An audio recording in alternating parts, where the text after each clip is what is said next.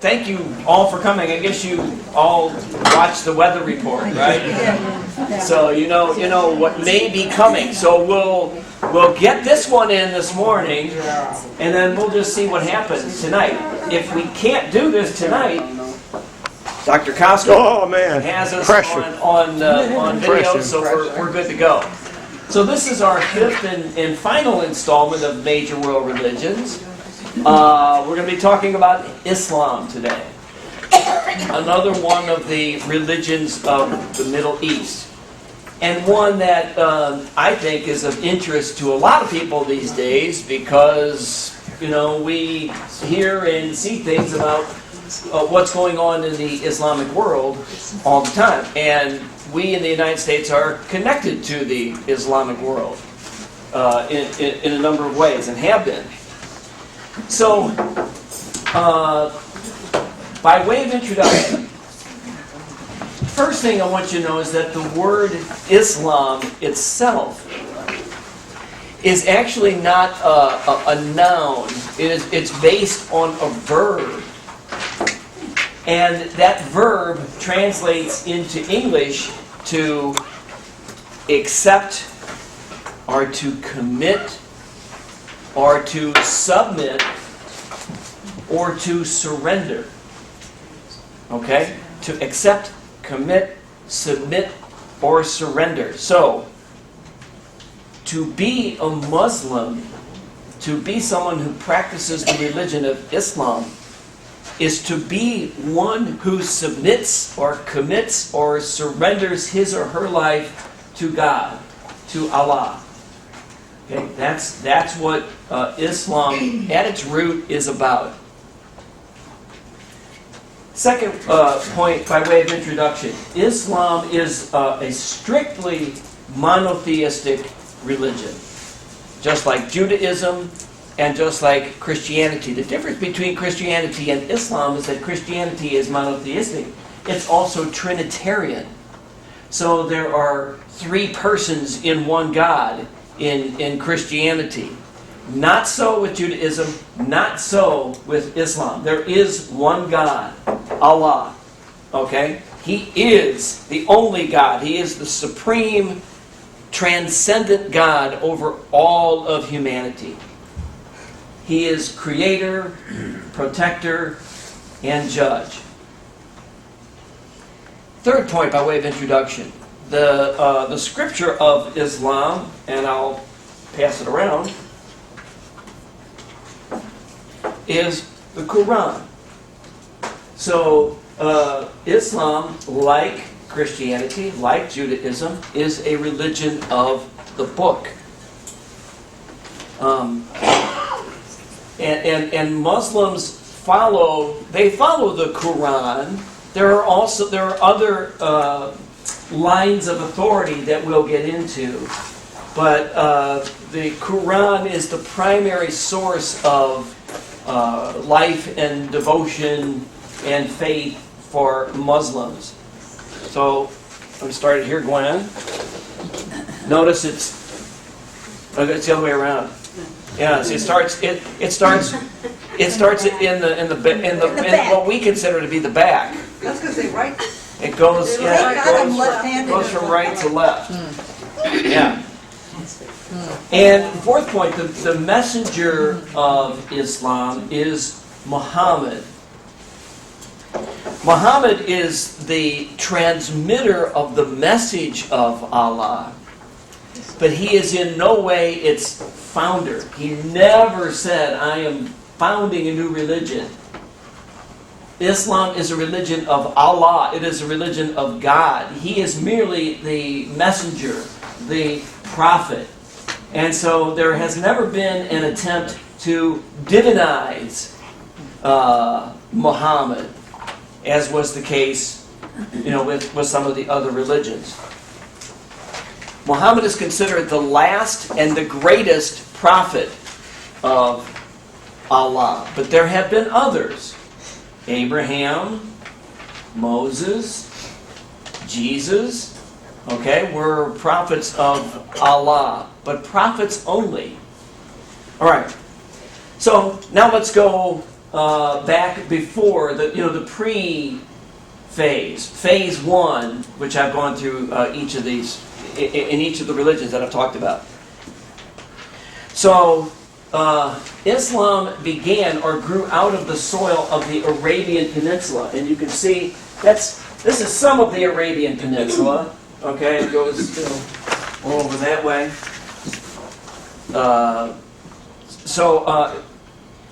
Prior to the time of Muhammad, the religions and the people of the Arabian Peninsula were quite diverse.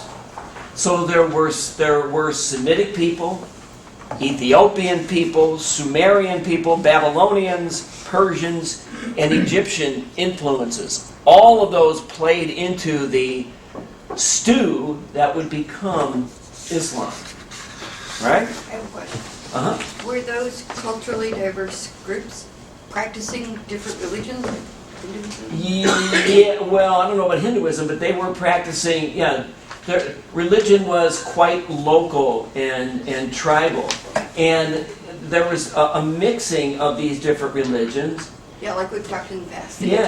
Syncretism, primarily because the Arabian Peninsula was the scene of many different trade routes, both water and land trade routes. And so people of different religions and different cultures would naturally interact with each other. Okay? Some of these people, in fact, probably a lot of them, were believers in astrology. Okay? And this focus on astrology is a sign that the Babylonian, and remember our friends the Zoroastrians, influenced these religions. The Zoroastrians were major astrologists. You remember that I talked about the Magi, the guys who in the Gospel of Matthew came to visit Jesus. Magi were Zoroastrian astrologers. So that influence is there.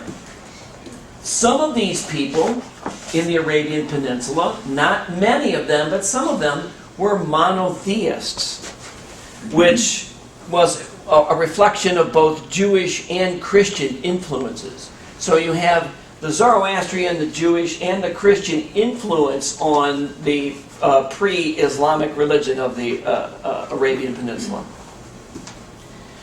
Most people worshipped their own local god or goddess. So this town, each would worship its own local god or its own tribal or even extended family god.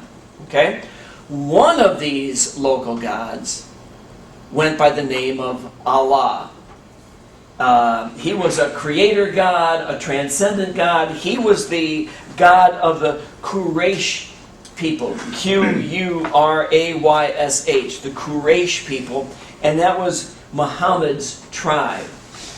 Okay? He was a Hashemite of the Quraysh tribe. There were also lesser spirits and gods. There were angels. These nature angels may have come from the Zoroastrian religion.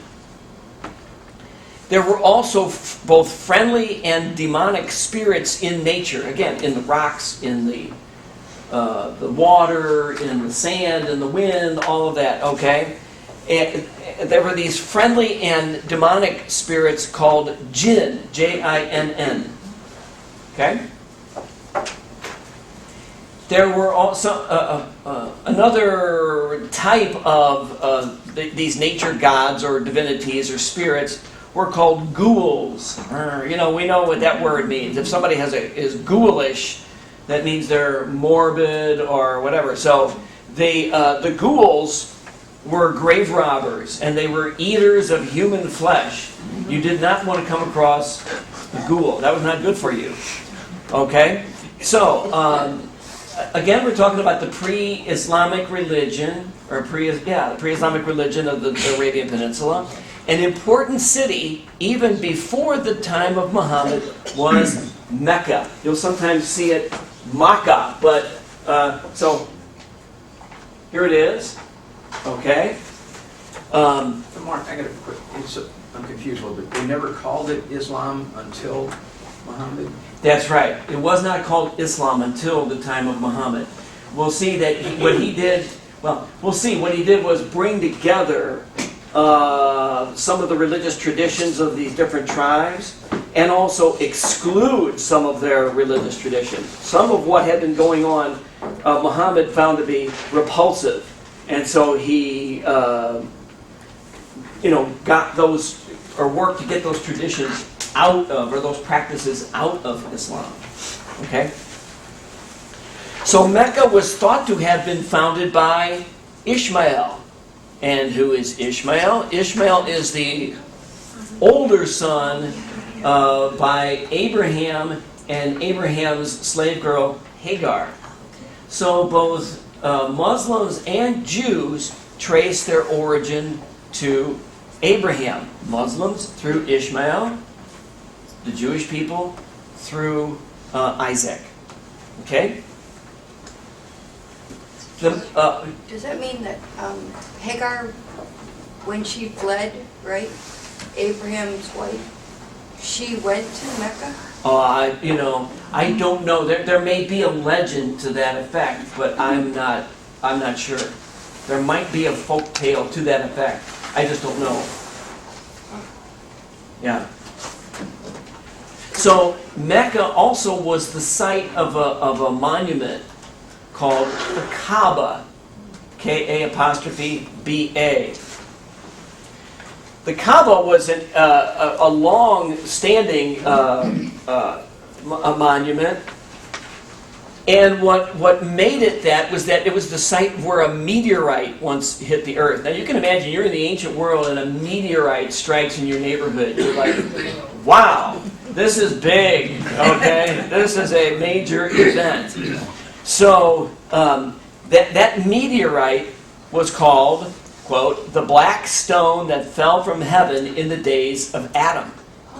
Okay? So the belief was that, the legend had it, that Abraham built the Kaaba, and that he embedded the black stone in the Kaaba while he was visiting with his son Ishmael. Who knows? So even back in these days, people would come to Mecca for pilgrimage. The Hajj, H-A-J-J. Okay? And at the Hajj, or when they got to Mecca, there would be animal sacrifices. Pilgrims would circle the Kaaba 7 times, and they would then kiss it in hope of receiving blessings from heaven. Okay? And so 4 months of the year, and I'm not sure if that's still the case, I think it's 2 months now, are devoted to Hajj. Anybody been? I'm not sure whether it's 2 months or whatever, but it's a considerable period of time during on the Islamic calendar. Near the Kaaba, again, we're still in Mecca, is the well of Zamzam. That's a great name, isn't it? So pilgrims to Mecca considered the waters of the well to be sacred. Why? Because there was a legend that Hagar, and so Hagar apparently did go to Mecca, that Hagar and Ishmael came to the site, came to the well when little Ishmael was dying of thirst. So as she searched frantically for water, Hagar is running around frantically, digging in the sand looking for water. Ishmael, according to the story, kicked his heels in the sand and discovered the well. Interestingly enough, in the Jewish scriptures, if you look at the 21st chapter of the book of Genesis, verses 8 through 19, there is a similar story about such a well. Okay? As part of the story of Abraham. Mark, it's 5 days. 5 days? 5 days is the high. In 2020. Well, yeah, but the period of Hajj, I think, is longer than that, isn't it? I mean, I think the formal ceremonies themselves are 5 Yeah. days. It doesn't say, Yeah. but it changes every year. Yes, yeah, because they, like Judaism, are on a lunar calendar. Okay, so the pilgrims, in imitating Hagar's search for water, the pilgrims would walk from the well to the hills around Mecca 7 times. Okay?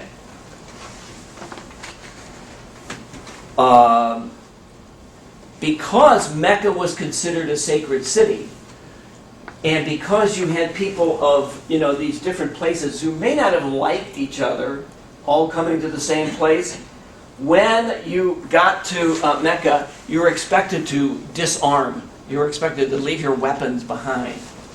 Okay, so that there wouldn't be violence. Now, that didn't always happen. There was violence sometimes during Hajj. All right, and so there was violence at times during the Hajj because there was so much friction among the different tribes and families that inhabited the area around Mecca, and this friction would play a role in the origin of Islam. So Muhammad was able to bring some peace and stability among these various warring factions or tribes. Okay? So now let's look at Muhammad. In my scheme, he's considered the founder of the founding event, but he would, as I said, he would never have considered himself to be that.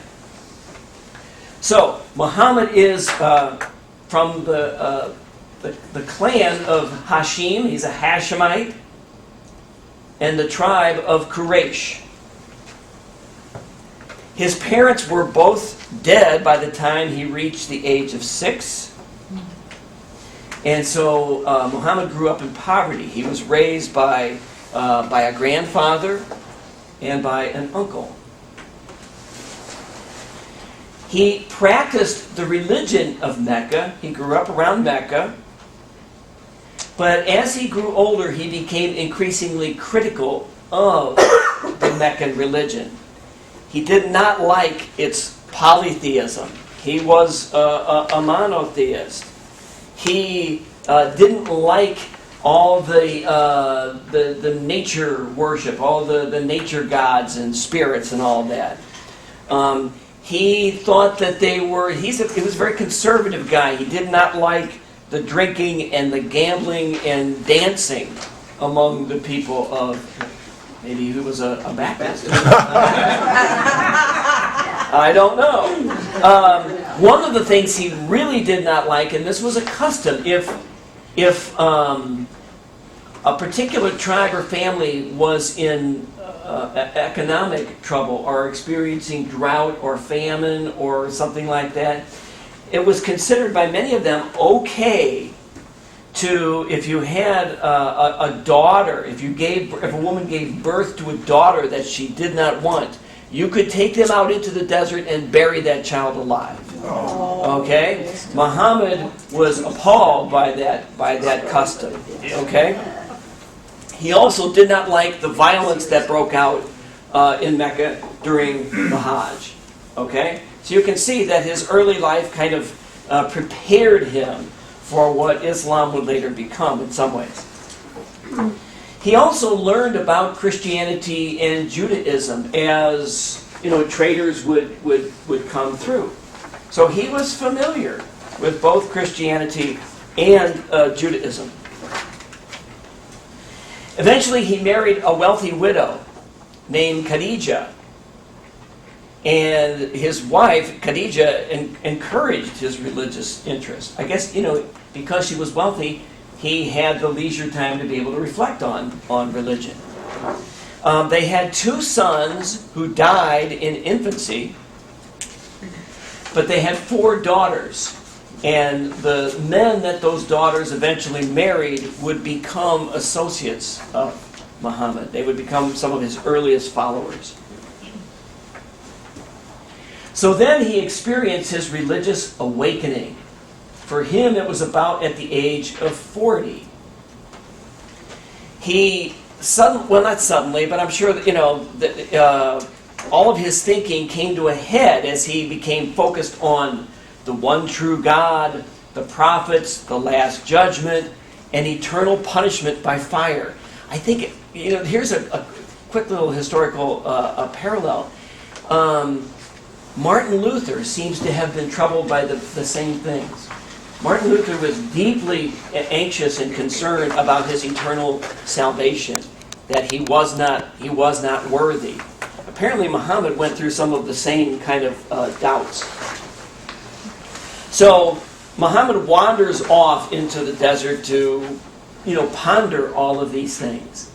And then, as the legend has it, his call from Allah came to him at a cave near Mount Hira. And Mount Hira, I don't see it. If somebody sees it, let me know. But out here somewhere in the desert around Mecca. And the beginning of his revelation is called in Islam the night of power and excellence. So, the angel Gabriel appears to him. Yes, that Gabriel. And typical of the call of so many prophets, he doubts his call at first. How many prophets say, "Why me? I'm not worthy to be your prophet." And Allah assured him that He wanted him to be His prophet. And so over a period of the next weeks and months, he comes to believe that he is the prophet of Allah and he is the messenger of God. Okay? The same God who was already known to the Christians and the Jews. Okay? So he comes back and he begins to preach his message. He's a prophet, so he begins to preach. As is the case with most or all of the prophets, his message is ridiculed and his message is rejected. And so he gains very few followers. The only ones who kind of really follow him are his family. They're like, "Come on, Muhammad, we believe in you. You can do this." So over the first 4 years, it seems that he gathered no more than about 40 converts. Okay? Yeah. The people of Mecca really don't care much for his message. They don't like his message about just one God. They don't like his claim that he is a prophet. And they also don't like his call to the people to take care of the poor, the widows, and the orphans. So, in those senses, he is following very much in the tradition of the Old Testament prophets, who often railed against the people for their lack of attention to the poor, the widows, and the orphans. Okay? So then in the year 622, now I can use this, I hope.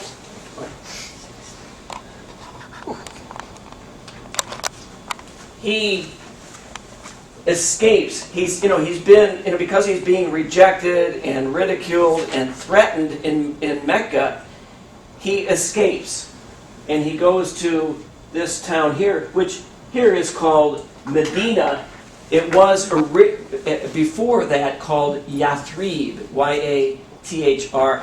So he escapes in the year 622. And he and his followers, I guess all 40 of them, they migrate to Yathrib. This migration, which is called, I hope I have it on the note, Hijra, Hijra. When I was in high school, it was called the Hejira, Hegira. Now it's Hijra, which is probably closer to what it actually should be, is considered the birth of Islam. And the year 622 is the year 1 on the Islamic calendar. Okay? So Muhammad is well received in Yathrib. Partly because he is able to make peace or facilitate peace broker peace among the warring factions in Yathrib. Okay? And because people believed in his prophetic message. And so they changed the name of the town from Yathrib to Medina, or Madinat al-Navi, which means the city of the prophet. They named it after him. Okay, Medina is the city of the prophet. Madinat al-Navi. Notice Navi. Remember that word from our discussion of Judaism. It's the same word, prophet, the Navi. So Muhammad then establishes a form of government based on religion, theocracy. Okay? So there is, political rule is asserted by religious authorities. That's what a theocracy is. Okay? So he builds a home for himself there and his family, and that becomes the first mosque. There is a call to, or the weekly service is on Friday. So Islamic Sabbath is on Friday, Jewish Sabbath is on Saturday, Christian Sabbath is on Sunday. Okay? Let's see. He calls the people, or the people of Medina are called to prayer from the roof of the mosque. That continues to this day. It's from the minaret. Okay? Originally, when they said their prayers, they bowed toward Jerusalem. But later on, they began to bow toward Mecca. And they began the practice of taking up alms for the poor. The practice that would become one of the 5 pillars of Islam, known as zakat. Something that continues to this day. So, he then returns to Mecca. Wait, let me do this one here. So, this is the area over which Muhammad's authority extends. All right? So there's Muhammad at Medina, 624. Here it is a year later. So, wait a minute. Yeah, big difference. Whoops. Well, I can't move that map. That's all right. Yeah, so then Muhammad, begins, his influence begins to move north, okay? And these are families, these are tribes, whatever, that he defeated.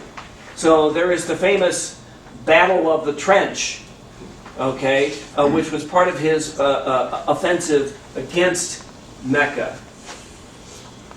And then finally, in the year 630, Muhammad conquers Mecca. So you can see that now, his influence is growing by leaps and bounds. So when you say conquers, is it meaning his religious beliefs are spreading, or you mean like politically? Both, yeah. Islam, as was the other major religions, was both a political and a religious entity. So there weren't kings or anybody else vying for this. They were all just tribes that. There were tribal leaders, okay. But in the end, they all submitted to Muhammad. Yeah. So right from the beginning, his intent was that everybody's got to follow Islam. Well, It looks like to me, at least he's not satisfied to just. yeah. I mean, if he went to this town, it was you will practice the religion of Allah. Huh.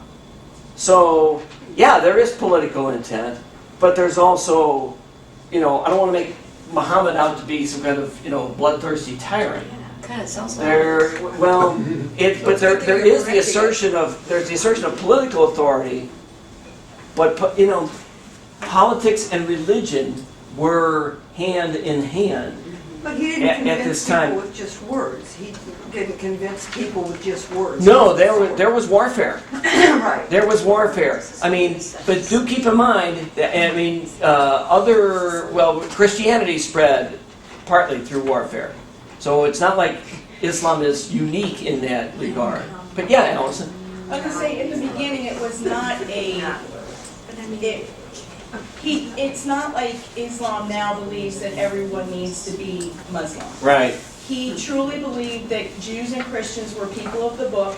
Yeah. We could all get along and live in harmony with one another, and you didn't need to conquer one another. Yeah. And so when the first hadiths were written, you look at them, and he was okay with the Jews. Tolerant. He was okay with the Christians. He was tolerated, but later on. Exactly. As we move further and further down the road, that's when it became more, as he grew more followers, that's when it became, It became more militant. yes. It just did. Yeah. But this is only a few years.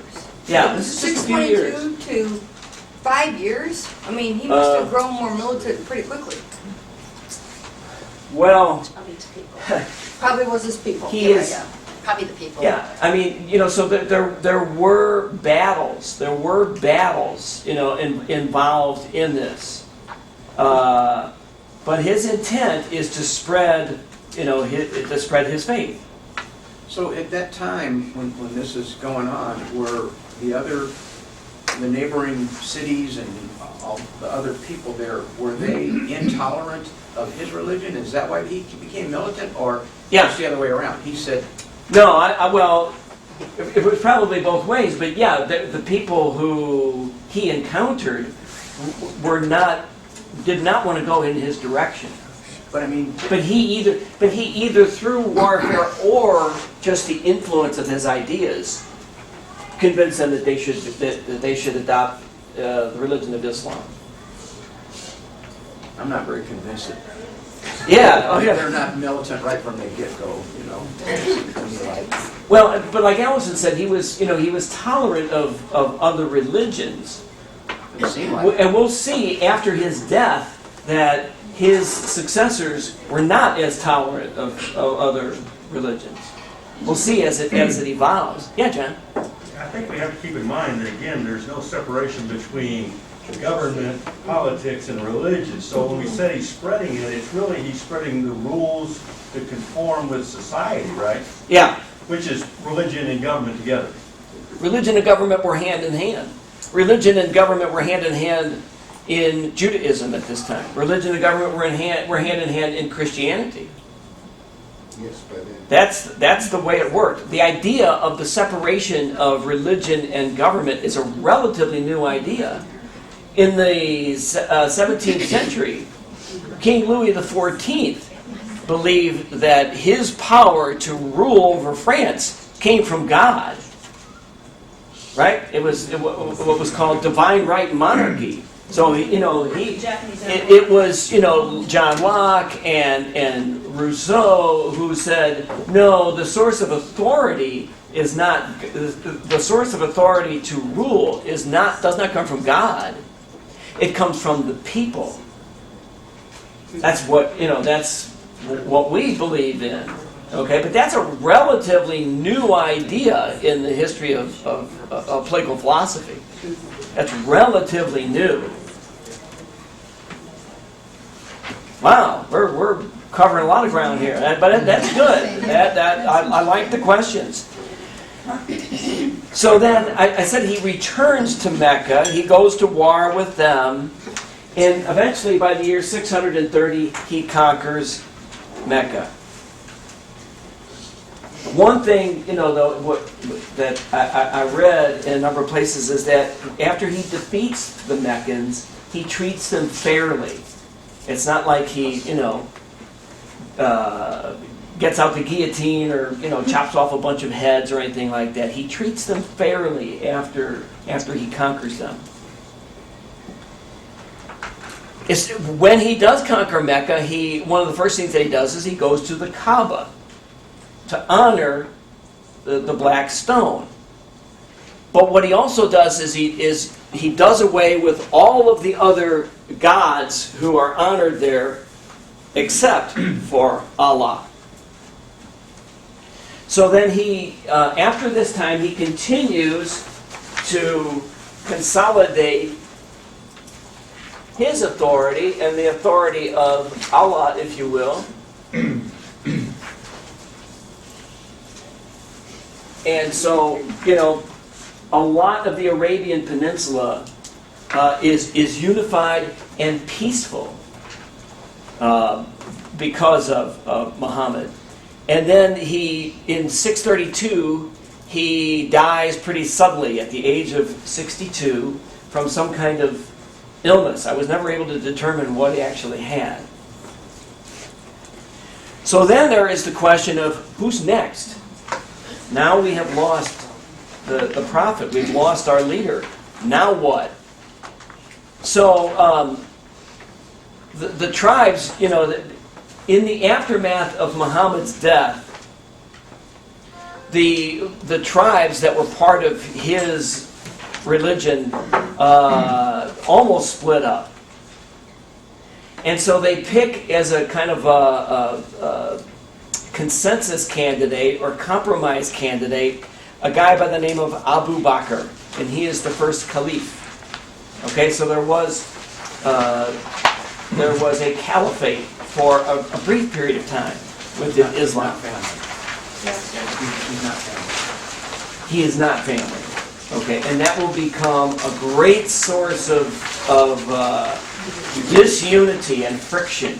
Okay, there were others who said that the successor of Muhammad should have been someone related to him. That would lead to the split between Sunni and Shia, Still doing it today. which is still very much in play today. Mark, what's your definition of a caliphate? What exactly is a caliphate? The caliph is the leader. Oh.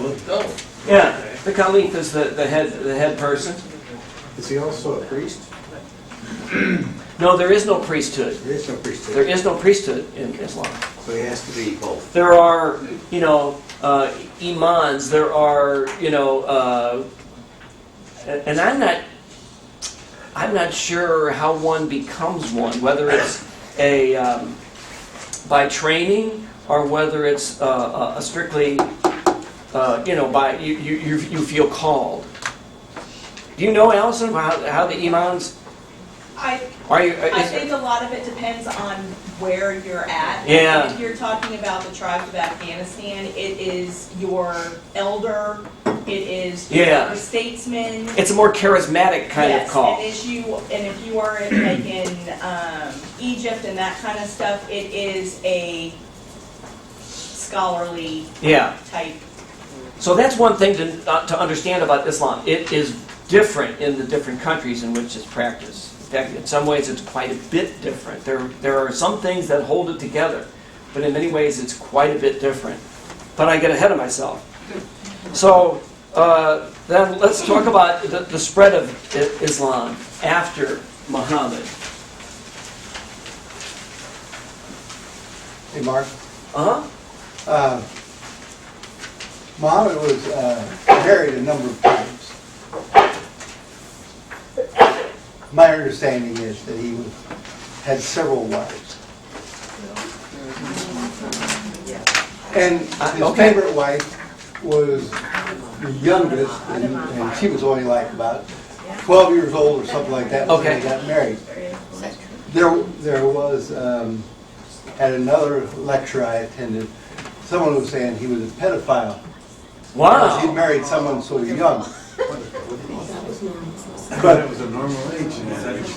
My understanding is that it was not unusual for people to arrange, which is a good relationship with another tribe by marrying into it. Yeah, I mean, the Europeans did that too. Right.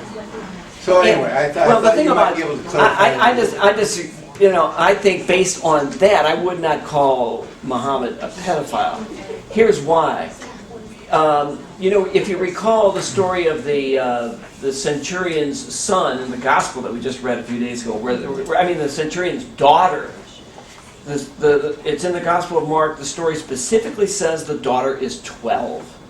It says she is 12 years old, which was then considered the age of the beginning of menstruation. Yes. And so a time when a young girl could be married. So, I think that's placing 20th or 21st century morality, back, into the past, I think. But Did he have multiple wives? I've never heard that he had I've multiple never heard that wives. before, ever.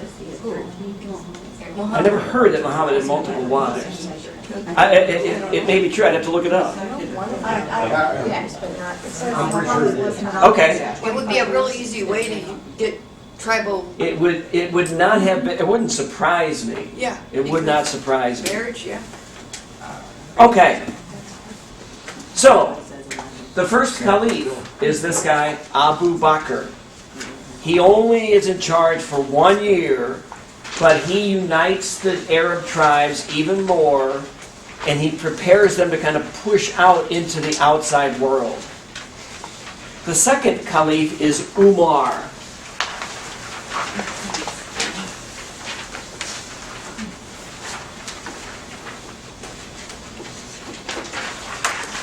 So is he taking it, this whatever his name is? Abu Bakr? Okay, is he trying to transition Islam into more of a missionary? It looks that way, yes. That he sees Islam as a religion that needs to be carried to other peoples. And Umar, carries that out. He continues that. So he is the caliph for 10 years, 634 to 644. So while the time that he is the caliph, Damascus in Syria, Jerusalem in Palestine, Caesarea, Egypt, Iraq, Persia, and Asia Minor are all captured by him. And also by his successor, a guy by the name of Uthman. Okay? Both Umar and Uthman are assassinated. Umar by a Persian slave, Uthman at Medina by dissatisfied Muslims. So Uthman then is in charge from 644 to 656. After Uthman, that's when we have the power struggle. So Ali, who is the fourth caliph, Muhammad's son-in-law, he became the caliph after a power struggle with two other people who wanted the job. Ali has to contend then with another guy, who is the governor of Syria. So Ali raises an army. He marches on the army of this other guy whose name is Muawiyah. But before the battle starts, he suddenly backs down. He becomes passive. While that happens, the other guy, Muawiyah, consolidates his power. So Ali's followers, knowing that he has let an opportunity slip away, they murder Ali. Yeah, it's a lot of intrigue here. So Muawiyah declares himself to be Ali's successor, and it is these events that lead to the split, the schism in Islam. Okay. So over the course of the next century, and I don't have a map to show that, but over the course of the next 100 years, Islam spreads into China, all the way to China, to Mongolia, and to India. It spreads all the way through North Africa, into Iberia, Spain and Portugal. When it spread, were they're both factions all over, or was it one particular faction? Both factions, yeah, that's a good question, Gwen, but at that point, both factions are still hanging together. But countries would become defined as predominantly Sunni or predominantly Shia. Yeah. That's one of the problems with the country of Iraq right now. There's Sunni and Shia and Kurds there. Iraq was created after World War I. It's a phony boundary. It's just a made-up boundary. Anyway, and Islam spread, through Spain, through Portugal, and into France. And we all might be Muslims today. Had the Muslims not been stopped by a guy named Charles Martel at the Battle of Tours in the year 732. So why did this happen? Why did Islam spread so quickly? Well, a combination of factors. Number one, the Arab tribes were united for really the first time. Second, put that away. Second, the Byzantine Empire, the Eastern Roman Empire, in other words, and the Persian Empire to their north, they were both weak. There was an opportunity for them. There was, on the part of the Muslims, a very sincere desire to spread their faith. They were true believers. They wanted to spread their faith. They were also quite good. Their military tactics were quite good. They used cavalry quite well.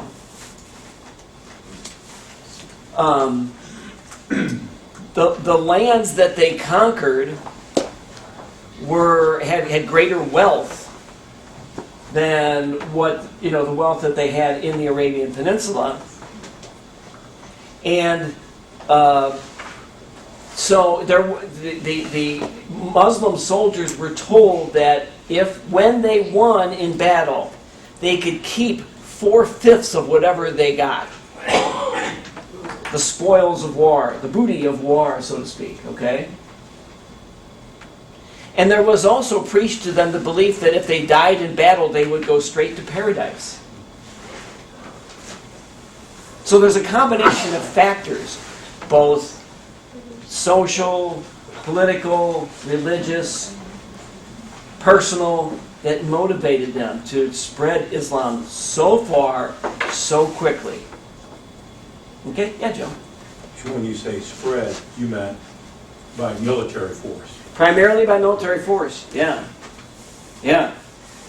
So are you saying then that China and India, at one time, it was an Islam political, they were in charge? Islam was never in charge in China, but there are parts of China today that are Muslim. And the Muslims in China are in fact being persecuted out in the western provinces of China. So The Mongolians are Muslims, primarily Muslims. So what I was thinking is, back when they're in this, where Mecca is and so on, now they're in charge, right? They take it over and they're in charge. Yes. But when they spread out, Yes. they aren't necessarily taking over France, Northern Africa, Asia, Spain. They're just have a strong influence. Yeah, they have a Takes on strong. a different flavor. Yeah, they have a strong religious influence. So Spain remained Christian. Right. Spain, France remained Christian because the Muslims were pushed back, and so because they weren't dominant, Christians, Jews, and Muslims coexisted. Let's say on the Iberian Peninsula, okay, in Spain. And Spain actually became a place of great intellectual flowering.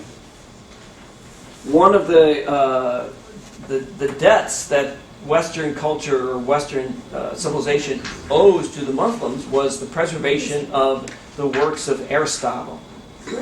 Yeah, the works of Aristotle had been lost to the West and were recovered or came back to the West because of a Muslim philosopher, Avicenna or Ibn Sina. And why is that important? Because one of the greatest theologians of Christian history used those texts of Aristotle to devise his theology. That was St. Thomas Aquinas. Also, we owe a lot of math. Math, science, yeah, they were great mathematicians. Yeah, architecture, yeah. So, the numbers 1, 2, 3, 4, those are Arabic numbers. That's Arabic numerology. Yeah. All right, so now let's talk about the faith and the practice of Islam. Let's talk about what it meant to be a Muslim, okay? Many of these things didn't become formalized until after the time of Muhammad. So first are the articles of faith.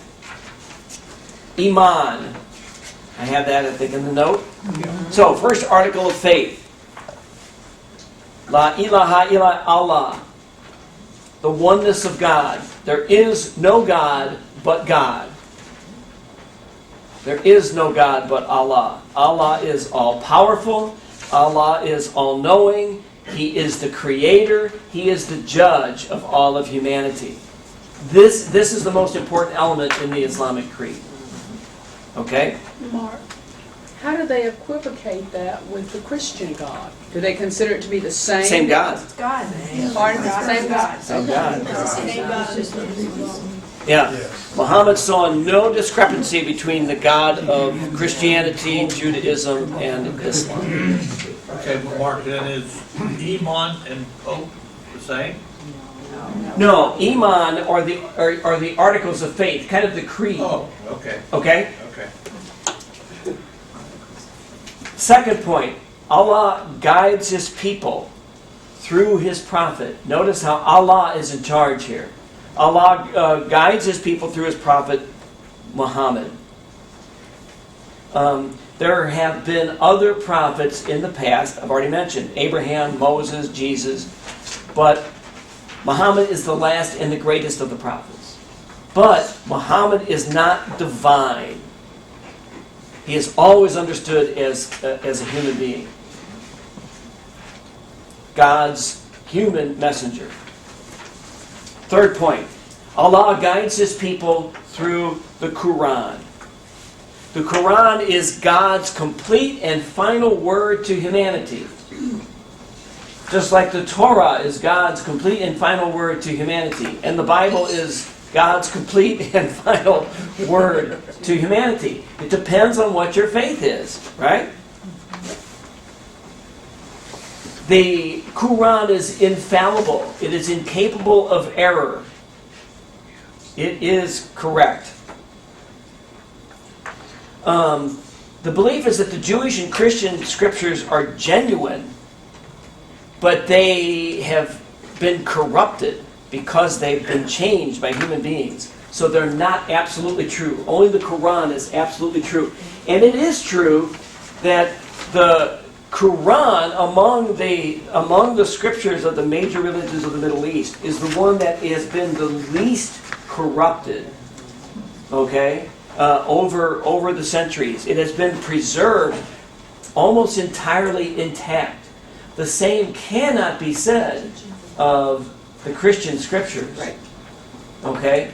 I'm preparing some talks at a parish over in St. Louis area in March, and we're looking at the resurrection narratives, which are, of course, at the end of the Gospel of Mark.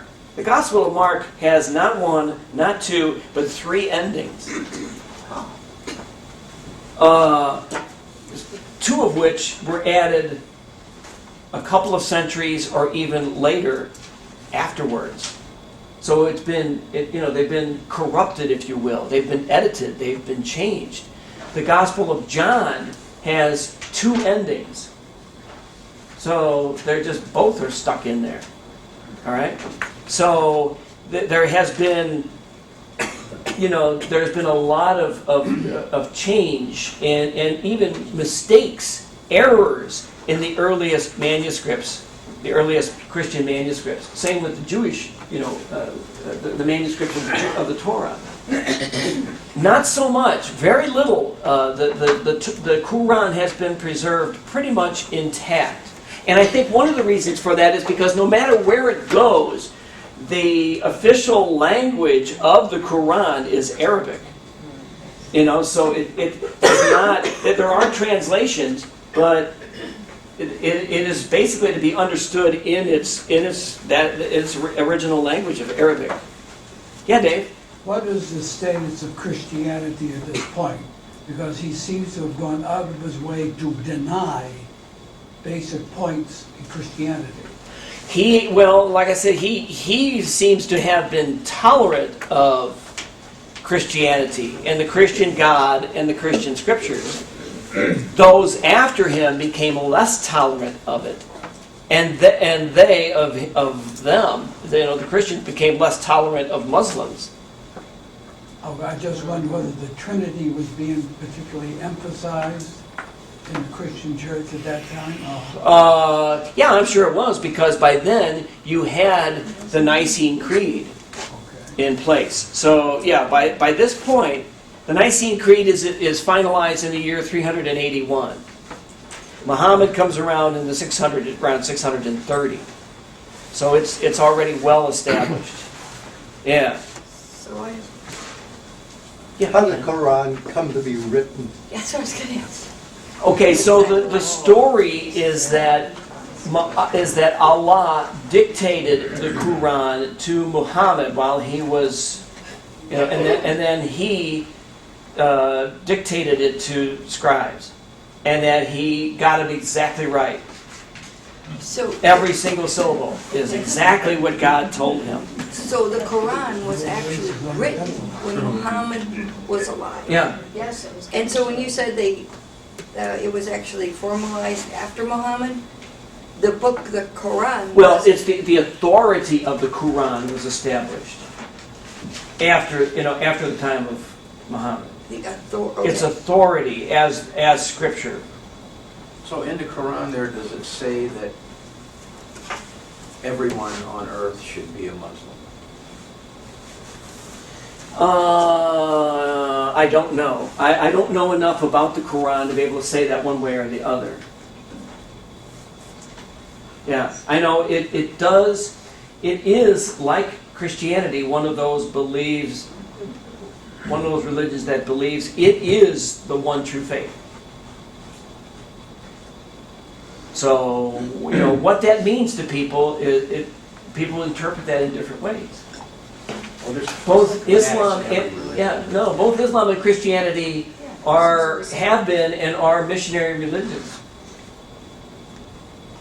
The belief is that we have the correct faith, and so others should share in it. Isn't that why we had the Crusades? Well, To win back? Part of the motivation behind the Crusades was to take back the sacred shrines, the holy places in the Holy Land. Of the one true faith. Yeah, the one true faith. Yeah, so there were other motivations. Human beings being so human, but that was certainly one of them, is to restore those holy places to their rightful religion. Faith is messy, isn't it? Okay, so then Allah, fourth point, Allah guides His people through angels. The chief angel is Gabriel, and these angels are in battle. They are in a struggle against the devil, whose name is either Iblis, I-B-L-I-S, or Shaitan. Yeah, same guy.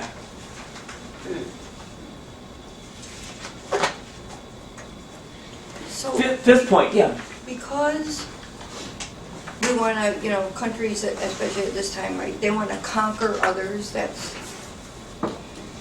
right? More of an expansion idea. Seems to me like they got a lot of grounds for unity between Christianity and Judaism and Islam. There is. There's lots of room for unity among Christians, Jews, and Muslims. I mean, you're starting with one true God. Yeah. That's a pretty unifying factor. Yes, it is. Now, there's different understandings of how that one God acts, or who that one God really is. But yeah, they are all monotheistic religions. They're all ethical religions Yeah. that believe in treating others right. So, these guys, because the government and religion are one, you want to conquer. Is that the idea? Well, I mean, in today's world, I think, okay, so, See- but I'm aware that political and religion are supposed to have a separation of some you and I might say conquer. They might say spread the good news. Proselytize. Semantics. You know, it's a matter of perspective, you know what I mean? So Christians look at the Crusades as holy wars to take back the holy places. Others might not look at them quite that way. There are matters of perspective. Okay, that's very important. Where you stand on an issue depends on where you sit. Yeah. Colin Powell said that. I mean, Who said that? Colin Powell. Oh, yeah. It depends on where your position in life dictates how you see things. Yes. And it's completely different for one person versus another. Yeah, and I think our challenge is to try to understand everything that was going on. Right. And Context. that's why I find religion so valuable to study from the standpoint of history. Because history digs into the messiness of circumstances. Right. Okay, thank you. The mixing of motivations and situations and circumstances, and doesn't pass judgment on them. Now, our faith says things differently, Correct. but history, tries to remain on the outside. Doesn't jump into the ring and start throwing punches. Well, the context. Context, yeah, exactly. So, fifth point of the Islamic Creed, Last Judgment. Okay? The view of Last Judgment is very similar to Zoroastrianism and Christianity. So, the Last Judgment is preceded by cataclysmic events, earthquakes, lightning, thunder, wars. There is a general resurrection at the end of time that is announced by trumpet blasts from a different angel, Israfil. Everyone wakes up at the time of the general resurrection. Everyone is in a state of anxiety because there's so many people around. Some of us don't like crowds. It's hot, and everyone is naked. That would make me really anxious too. So then there is and we've heard this before, the reading of the book of everyone's life. So pack your lunch, because it's going to take a long time, okay? Especially in past lives, right? It's going to be a hell of a long time. Man, yeah, that's a lot of folks. So those who receive the book of life, the book of their life, in their right hand are destined for paradise. Okay? Life in paradise is like life on an oasis. Well, a religion that grows up in the Arabian Peninsula sees an oasis as a great place. Adam and Eve lived in paradise at the beginning of time. Okay? So Adam and Eve are part of the story. They are called the companions of the right hand, obviously enough. Originally there was the promise of virgins to escort you into into heaven. But over time, that promise of virgins was clarified to say, not only would the virgins escort you into paradise, so would your wife. Okay, yeah, or wives. Yeah, where did the 73 come from? Oh, it's one of those things that Just kept building up. popped up somewhere. Yeah. Some man It- came up with that. So yeah. Fair enough. Fair enough. Yeah.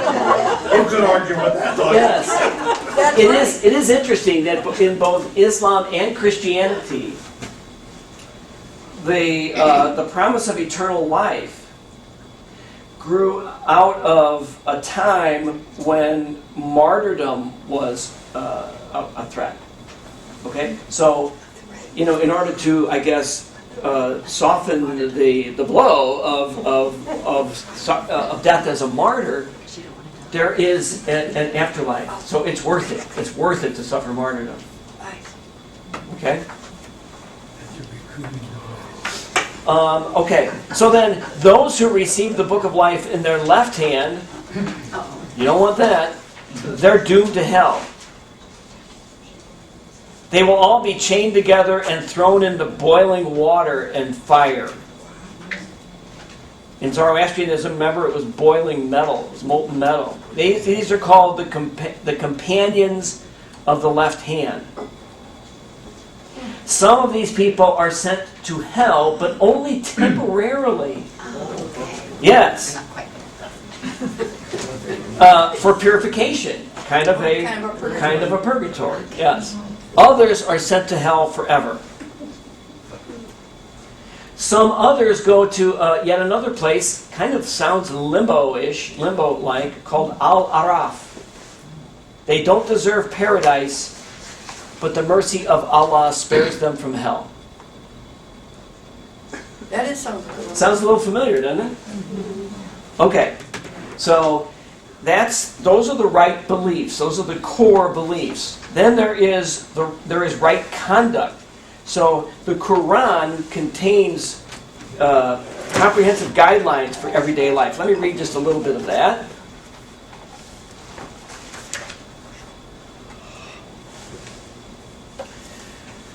True piety is this: to believe in God and the last day, the angels, the book, and the prophets, to give of one's substance, however cherished, to kinsmen and orphans, the needy, the traveler, beggars, and to ransom the slave, to perform the prayer, to pay the alms.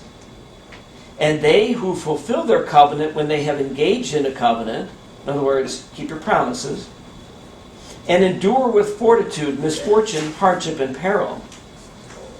These are they who are true in their faith. These are the truly God-fearing. And to be good parents, whether one or both of them attains old age with thee. Say not to them, Fie. That means, it's not a very nice thing to just tell your mother or father, fie, okay? Neither chide them, but speak unto them words respectful. And lower to them the wings of humbleness out of mercy, and say, My Lord, have mercy upon them, as they raised me up when I was little. And slay not your children for fear of poverty. We will provide for you and them. Surely the slaying of them is a grievous sin. And approach not fornication. Surely it is an indecency, and evil as a way. Give the orphans their property, and do not exchange the corrupt for the good. And devour not their property with your property. Surely that is a great crime. If you fear that you will not act justly towards the orphans, marry such women as seem good to you. 2, 3, 4. But if you fear you will not be equitable, then only one, or what your right hands own, and etc., etc., etc. Okay? So these are kind of the rules of life. Mark, you have a question? Yeah, Jay? I read where there, a Muslim family is supposed to give 2.5% of their wealth to Yep. less fortunate people. And since I have never been in an ignorant, a primary Muslim country, how do they do that? How do they distribute it?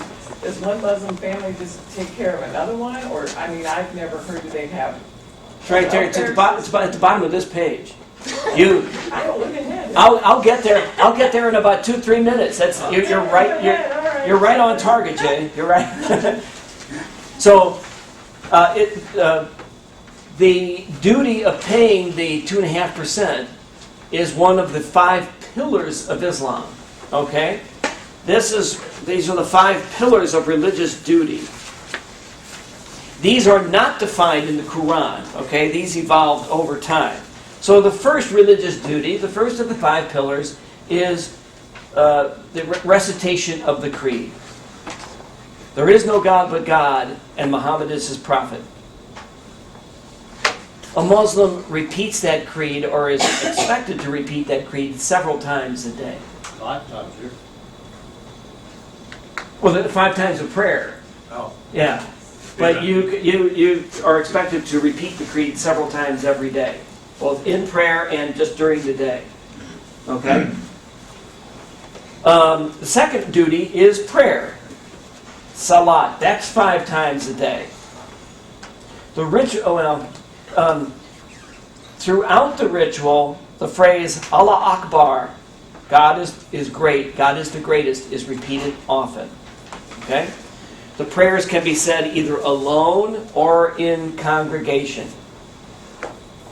Friday is the special day of public prayer. I remember the first time, here's Mark at the age of 21, Mr. South St. Louis, where everybody's white and everybody's Catholic. And I took a trip to Europe that summer, and so I'm in JFK Airport, and it's in the evening, before we're getting ready to go on the plane. And there are these men on their rugs bowing down in prayer. And I thought, who are they? Well, they were Muslims engaging in their time of prayer. They have to be a certain time each day? Yes, there are prescribed times for prayer. If you think about it a little bit, it's really not at all different from what the monks do. When we hear the bell here at noontime, that's the Angelus bell. That's a call to prayer. 6 o'clock. Yeah, the 6 o'clock prayer. Yeah, so that it's kind of just like prayer is expected to be part of the day. Father Bill and priest pray every day the liturgy of the hours. Right. Morning prayer, noon prayer, evening prayer, night prayer. So it's very much the same thing. Yes. When my son was over there, and Where was he? Oh, I'm sorry. He was in Israel. Yeah. Had a scholarship there for a semester, and I went over. And he's a professor of this religion. Yeah. But anyway, when I went into Old Jerusalem, which was, unbelievable. Yeah. The front of there, you would walk down these stones, walkways, and you could tell that centuries old. And in the front, they were like little caves that were built in there, and they had their little storefronts, so to speak. Their dried fruits and big barrels and things like that, but there was a curtain. And so and then there was this beautiful sound, like a horn or something, I don't know what, and it went over the whole community, and that's when behind the curtain, they prayed. Oh.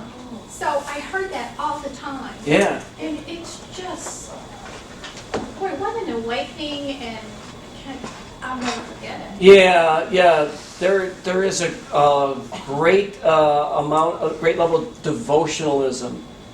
Yes. Among Muslims. Yes, and it feels like you've gone back to the times that you were talking about. Yeah. Because they have the old oak barrels that have the food or the grapes or the olives. Yeah. In that. It's unbelievable. Yeah, no, thanks for sharing that story. Sure, I'm Yeah, sorry. that's, Old Jerusalem is on my bucket list. Oh, you got My bucket list is really long, and I'm not getting any younger, so I'm gonna do my best. So there's prayer. The third one, to answer Jay's question, is almsgiving. It's the third of the 5 pillars, or zakat. It is a free will offering. Most of the time, not always a free will offering, to the poor, the needy, to debtors, to slaves, to wayfarers, beggars, and charities. In many Muslim countries, the zakat is now calculated and collected as a tax. The government collects it. Okay? And it does come to 2.5% of a person's accumulated wealth at the end of the year. Okay? So some countries do collect the zakat and others don't. But it does show this sense of equality. Another thing, I'm just going to depart here for a second. When Muslims go to Mecca for Hajj, and that's the 5th pillar, when they go there, everyone, no matter how wealthy or how poor you are, everyone wears the same clothing. So that when you are on Hajj, when you are at the sacred site, everyone is an equal in the eyes of each other and an equal in the eyes of God. Okay? So I jumped ahead. But the 4th pillar is fasting during the month of Ramadan. Okay? So no food or drink from dawn to sunset. And Drink water. yeah. Well, No, they do No. not. no water. No water. No nothing. No. You can have a meal after sunset. After sunset. Okay, after sunset you can have a meal. Is there an age restriction, or is it just? I don't know if there is an age restriction or not. I presume that there is, both at the bottom and at the. Yeah. Is that a form of You can penance? sleep Is that why they're doing that? Yeah, it is a form of penance. Yeah. And then there is the Hajj, there is the pilgrimage. So the expectation is that every adult Muslim, man or woman, is expected, if they can afford it and if their health allows, are expected to make a pilgrimage to Mecca at least once in their life. Okay? It's made there is a month. Do Al-Hijjah. I already talked about all wearing the same simple clothes. There is, part of it involves the circling of the Kaaba. If you've ever seen those pictures from Mecca, non-Muslims are not allowed in, but there's this huge mass of people all walking around the Kaaba. And there is a slaughtering of the goats, the eating of the goats, and there is there are these pilgrimages. There is the pilgrimage out into the hills to replicate what Hagar did searching for water for little Ishmael. It'll be interesting to see what happens with the Hajj this year, the same way with the coronavirus going on. Because Yeah. when SARS was a big thing, they limited the number of people. They stopped flights into and out of Yeah. Mecca. So it should be interesting to see what happens this year. That's a good point. Yeah, because of coronavirus. Yeah, we'll see. Yeah, Gwen. Why was Mecca chosen over Medina, if Medina was the original? Well, I can't read Muhammad's mind, but since Mecca was already a holy place, he just converted it from the holy place of all of these different tribes. After he went back and conquered. Yeah. It was already acknowledged as a sacred site, so he just built upon that. Yeah.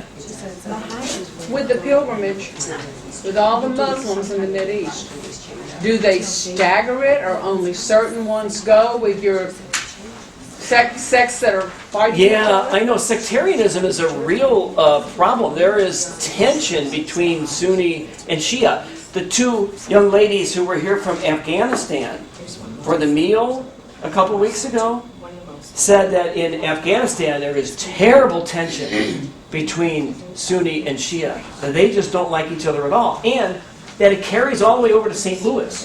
That there are two Muslim communities in St. Louis. One Sunni and one Shia. They really don't agree. You know, those who say that Islam is this hegemonic, type of, no, that's not the case at all. It's very regional, it's very sectarian. Yeah. I'll get into that in just a minute. I better hurry up, it's 10 minutes to 11. So, okay. So now let's talk a little bit about the differences between Sunni and Shia. Okay? So, Allison already mentioned the hadiths. So, as was the case in Judaism, as is the case in Christianity, like with canon law and all this type of thing, there were disputes about, when something, how are we to behave? Jews talk about what does it mean to work on the Sabbath and things like that. Okay? So, the hadiths are the methods of resolving these questions. And so the Muslims who follow these hadiths are the Sunnis. And this system of law is the Sharia. Okay? That is the Sunni system of law. So there is first the Quran. That's where you look first to try to figure out what you're supposed to do. Second is called the Sunnah, which is the behavior of the Muslims in Medina. What did they do? Whatever. If you're not sure from the Quran, look at this and see what happened. If you can't find the answer there, then look at the next level, the ijma. I hope I'm pronouncing these things right. The consensus of opinion by the people of Medina in Muhammad's time.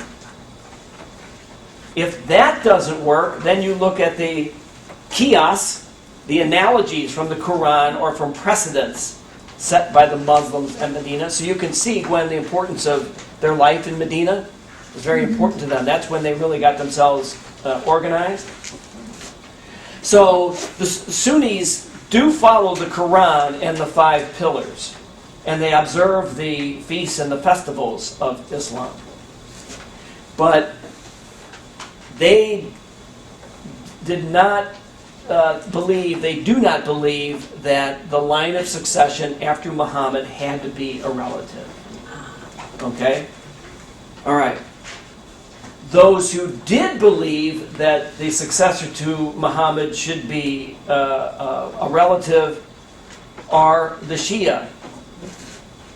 They believe that Muhammad appointed Ali before he died. They are the followers. They are the followers of the Shia, or the party of Ali. The Shiites, in their prayers, among their prayers, they curse Abu Bakr, Umar, and Uthman as traitors, as usurpers. So their creed is a little bit different. The Shiite creed is there is no God but God.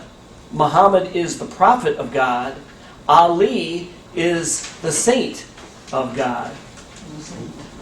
The saint, yeah.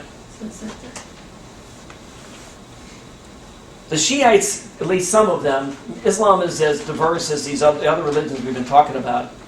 Some believe that one of the imams is going to return as a Messiah, a second coming, if you will. Then there are, and for the sake of time, I'll just say a word about them. There is a mystical strain in Islam, the Sufis. Okay? Yeah. And they're separate from these other two? Yes. So, if I've never done this, but the Enneagram, if any of you have ever used, that is a product of Sufism. Okay, Sufism, when you hear that word, is simply Islamic mysticism, like the Kabbalah in Judaism, like Teresa of Avila, or John of the Cross, or Meister Eckhart in Christianity. Okay? all these religions have a mystical strain to them. Maybe we could write down, because we know, most of us know two very famous Sufis who've now just been everywhere in quotes. And the first one is Rumi. Okay. Rumi was Persian. So Rumi lived around the same time as St. Francis of Assisi, 1200. And then Hafiz is another one, Hafiz or E-Z. Hafiz? He's another Sufi poet. Okay. But you see quotes everywhere now. And this is part of Islam. Oh, there you go. Thank you. Mystical part. Thank you. He was from Afghanistan. Iran. Okay, I only have a couple minutes left, so, you know, I think did I list the Islamic feasts and festivals there? Yep. Okay, so I'm gonna skip those, because you have them in your notes, and I want to talk about a little bit about, and this is very, very broad, about the state of Islam in the world today, okay? So one movement you should be aware of is an offshoot of Sunni known as Wahhabism. The Wahhabi, okay? It comes from Saudi Arabia, began in the 18th century. It's an even stricter practice of Islam than the Sunnis. No saints, no holy sites, no ornamentation, no minarets on the mosque, anything like that. Okay? They are the Wahhabis who are the kind of arbiters of behavior in Saudi Arabia. So, you know, Saudi Arabian women have only gotten the right to drive a car within the last year or two. And Wahhabism is the sect or the brand of Islam that is practiced by the Taliban and by Al-Qaeda.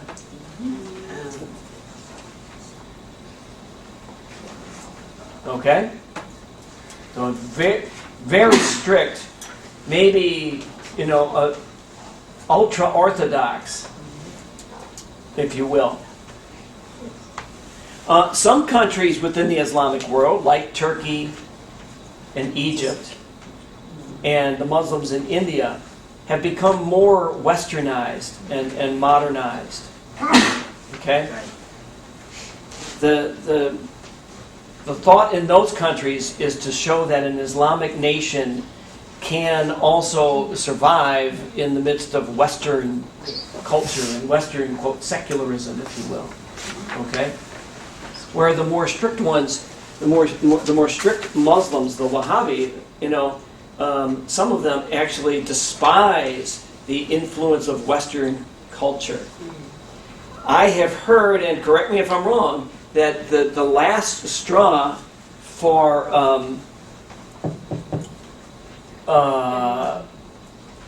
rats, the leader of Al-Qaeda, Bin Laden, for Osama bin Laden, the last straw is when the U.S. military set up bases in Saudi Arabia on sacred, their sacred ground during the first Gulf War. Am I right?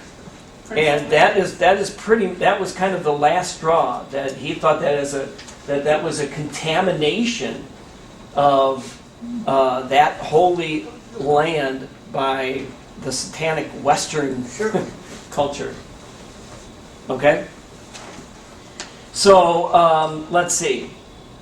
Central Africa, countries like Nigeria. Nigeria is an Islamic nation, but the practice of Islam there is not as strict as in other countries. We are probably pretty familiar with Iran. Iran has been struggling mightily between a very strict theocratic Shiite state and a more moderate state. When the Shah was in power, Iran was becoming more westernized, and there is still a pretty strong Western influence in Iran. Am I right? Yeah. Leo and Libby were there, and they know. You lived in Tehran, right? Yeah. Yes. Yeah, so you know more about that than I do. Very tolerant. At that time, they were very tolerant of everybody. Yes. Yeah, and to a large extent, I would bet most folks on the street would still be. Probably. I think so too. You know? It's only the influence of the Imam who runs the country. Yeah, yeah. So then there's Iraq, and I mentioned that Iraq has only been around since 1917. It was created after World War I. So there are Arab and Kurdish Sunnis in the north, and Arab and Iranian Shiites in the south. So Iraq, you know, the task of nation building, if you will, is exceedingly difficult, if not impossible, in a country like Iraq because of its religious differences. 87% of the population of Indonesia identifies as Muslim. Okay? It's kind of a mixing there of Hinduism and Buddhism and Islam. Pakistan is another one of those countries that is split between those who want to westernize or be tolerant of Western culture and those who don't. Pakistan was created after World War II. And back when I was a lad, Pakistan was actually separated. It was two countries, West Pakistan and East Pakistan. East Pakistan became Bangladesh in like 1971. Okay? We are somewhat familiar with Afghanistan also. I mean, there have been wars going on there. And you know, the Taliban, which is ultra-conservative, started there. It was very interesting to hear from these two young ladies because their parents didn't practice Islam because they said they were so sick of the friction, the hostility between Sunni and Shia in Afghanistan. I remember one time at another one of my jobs, I had an intern who was from Pakistan, and her parents felt the same way. Like they were sick of all the, you know, what they thought was just stupid, you know, silly infighting in Pakistan between the different sects. Yeah. Well, I think the important thing to think about too, in terms of the religion in and of itself, is it is very much like Christianity and Judaism in terms of, yes, you have a sect that is very ultra-conservative, that yes, that they believe. You have the idea of the near jihad and the far jihad. Yeah. You know, the near jihad is to get Westerners out of the Arabian Peninsula. The far jihad is to take over the world. Yeah. Not everybody believes that. Right. And they are very much like us, that most Muslims that I know and I dealt with are very much like us in terms of, yes, it is part of your life. It is, you know, you go to church, you do all the, but I can sit down and have, and as a woman even, Yeah. I can sit down and have a conversation with a Muslim male in certain countries Yes. about religion, and it doesn't become a... It's not a thing at all. No, it's not. No, that's absolutely true. The trouble is that it's the extremists who make the news. Yep. And because we're not very familiar with Islam, our view of who Muslims are is largely shaped by what we see. And what we see are the extremists, but the minority. Mark, is there any history at all on why when Muhammad died, it wasn't a direct descendant? It's his son's died. It's just that he didn't have any sons, and so Ali was his son-in-law, and so there was, you know, like anything, there was a struggle to see who was going to be in charge, and because Abu Bakr had been one of his very earliest supporters, when nobody else was behind him, it fell to him. Yeah. Yes. I went to a meeting, we're just going to call it a gathering. Yeah. They call it, I don't know all the terms. And there was a speaker, and I guess I sat in the wrong place. They made me move over to where the women were sitting. Very much so. I didn't realize. It Yeah. still moves, it does. It goes on. It's so different, you That was know. just a few months ago. Oh yeah, yeah. Even in India, the Taj Mahal is a mosque, an active mosque. Oh yeah, the Taj Mahal is Muslim. Yes, and you have, It's not Hindu. you have the female mosque and you have the male mosque. Okay. Yeah. Yeah, the Taj Mahal is an Islamic monument. Okay, so there we are. I'm sorry I've gone overtime and we've covered all kinds of side issues, but I think they were really important and really helpful. So there's our little excursion through the world of religions. The next series will start March the 5th, and we'll be talking about our good friend St. Paul and who exactly was this